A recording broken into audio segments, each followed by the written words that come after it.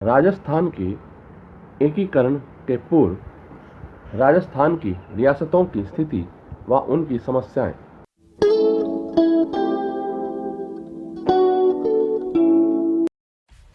Subscribe कीजिए हमारे channel को और बेल आइकन को दबाइए हमारी लेटेस्ट वीडियो सबसे पहले देखने के लिए।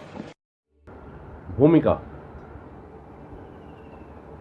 15 अगस्त 1947 ईस्वी को भारत स्वाधीन हुआ, परंतु भारतीय स्वाधीनता अधिनियम 1947 की 8वीं धारा के अनुसार ब्रिटिश सरकार की भारतीय देशी रियासतों पर स्थापित सर्वोच्चता पुनः देशी रियासतों को हस्तांतरित कर दी गई।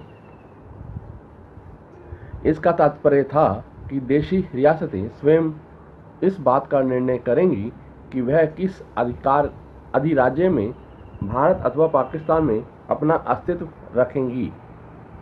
यदि कोई रियासत किसी अधिराज्य में शामिल ना हो तो वह स्वतंत्र राज्य के रूप में भी अपना अस्तित्व रख सकती थी। यदि ऐसा होने दिया जाता है तो भारत अनेक छोटे छोटे खंडों में विभक्त हो जाता एवं भारत की एकता समाप्त हो जाती। तत्कालीन भारत सरकार का राजनीतिक विभाग, जो अब तक देशी रियासतों पर नियंत्रण रखता था, समाप्त कर दिया गया और 5 जुलाई 1947 को सरदार वल्लभ भाई पटेल की अध्यक्षता में रियासत सचिवालय गठित किया गया। रियासत सचिवालय सभी छोटी बड़ी रियासतों का विलीनीकरण या समूहीकरण चाहता था।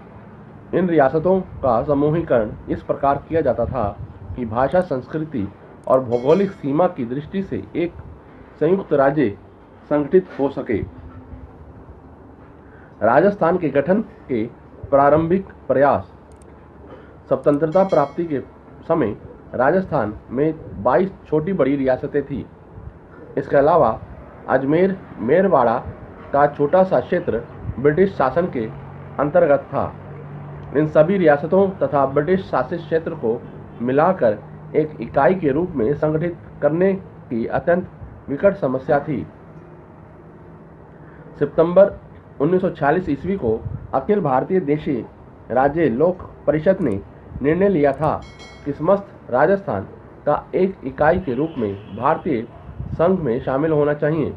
इधर भारत सरकार के रियासत सचिवालय ने निर्णय लिया कि स्वतंत्र भारत में वह ही रियासतें अपना पृथक अस्तित्व रख सकेंगी जिनकी आय 1 करोड़ रुपए वार्षिक एवं जनसंख्या 10 लाख या इससे अधिक हो। इस मापदंड के अनुसार राजस्थान में केवल जोधपुर, जयपुर, उदयपुर एवं बीकानेर ही इस शर्त को पूरा करते थे। राजस्थान की छोटी रियासतें इस मापदंड के अनुसार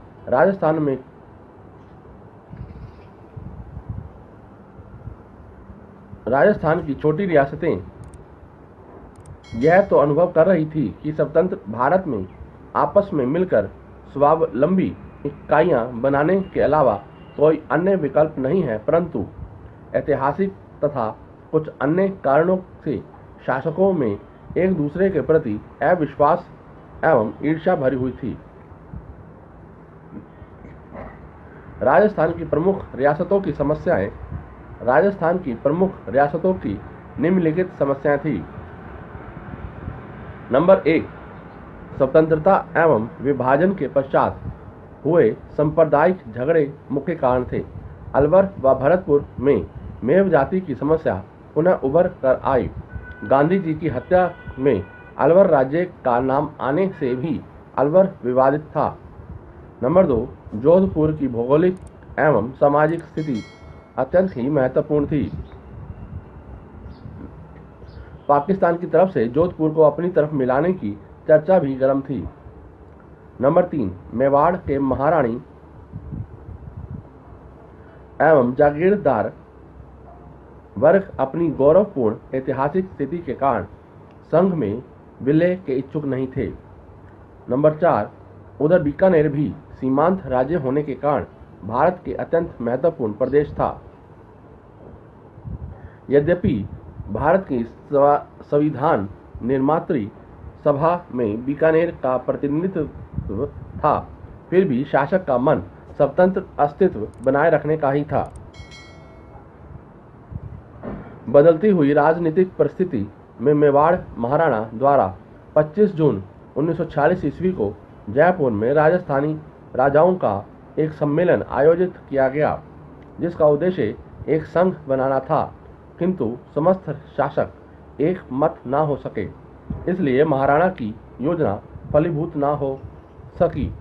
इसी प्रकार डूंगरपुर के शासक ने भी बांगड़ राज्य डूंगरपुर, बांसवाड़ा व प्रतापगढ़ बनाने का असफल प्रयास किया। जयपुर में कोटा के शासकों के प्रयास भी असफल रहे। फलस्वरूप भारत सरकार के रियासत विभाग द्वारा सभी रियासतों को मिलाकर एकीकृत राजस्थान का गठन करने का निश्चय किया गया। इस कार्य के लिए अत्यंत बुद्धिमानी, दूरदर्शिता, संयम एवं कूटनीति की आवश्यकता थी और इसलिए यह कार्य बड़ी सावधानी से धीरे धीरे किया गया।